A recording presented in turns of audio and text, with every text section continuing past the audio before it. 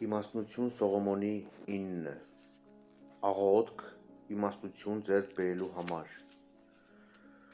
Ով իմ հայրերի Աստված և Տերդ ողորմության, դու ես, որ քո խոսքով ստեղծեցիր բոլորին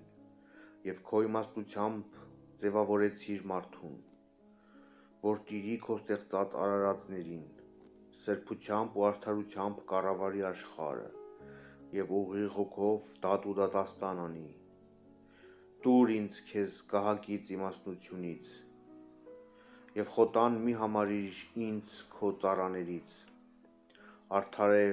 ես քո ծառան եմ և քո աղախնի որդին, ես տկար մարդ եմ և կարճատև կյանքի տեր, ես հասուն չեմ դատի ու օրենքի իմացության մեջ,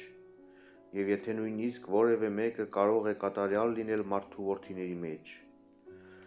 բայց եթե քո իմաստնությունը հեռու է նրանից, նա ոչինչ պիտի համարվի, դու ինձ ընտրեցիր քո ժողովրդի թագավոր և քո տղաների և աղջիկների դատավոր, դու ասացիր, որ ես տաճար շինեմ քո սուրբ լեռան վրա և զոհասեղան քո բնակության քաղաքում, քո այն սուրբ խորանի նմանությամբ, որ սկզբից և ետ նախապես ինքդ պատրաստեցիր, քեզ հետ է նաև իմաստնությունը, որ գիտի քո գործերը, քեզ մոտ էր նա, երբ դու արարում էիր աշխարհը և գիտեր, թե որն է հաճելի քո աչքին ու որն է քո պատվիրաններին համապատասխան, առաքիր դրան քո սուրբ երկնքից, քո փառքի աթոռից ուղարկիր դրան, որ գա և տեղ գտնի իմ մեջ, և ես գիտենամ, թե ինչն է հաճելի քո առջև, քանզի նա գիտի ամեն ինչ և խելամուտ է բոլորին, իմ գործերի մեջ ինձ կառաջնորդի զգաստությամբ և իր փառքով կպահպանի ինձ,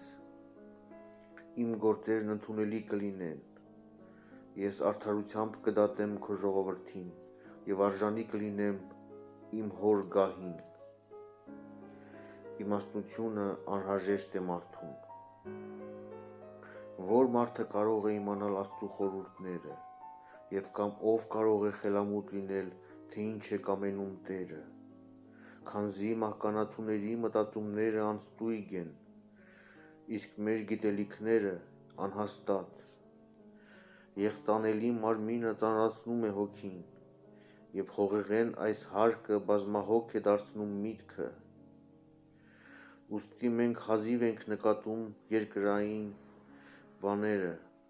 և չարչարանքով ենք գտնում այն, ինչ ընկած է մեր ոտքերի մոտ, իսկ այն, ինչ գտնվում է երկնքում, ով կարող է քննել և ով կարող է գիտենալ քո խորհուրդները, եթե դու իմաստնություն չտաս և քո Սուրբ Հոգին չառաքես քո բարձունքներից, այսպես է, որ երկրայիններին ուղղեցին իրենց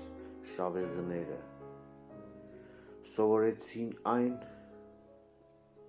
ինչ հաճելի է քեզ և փրկվեցին քո իմաստնությամբ,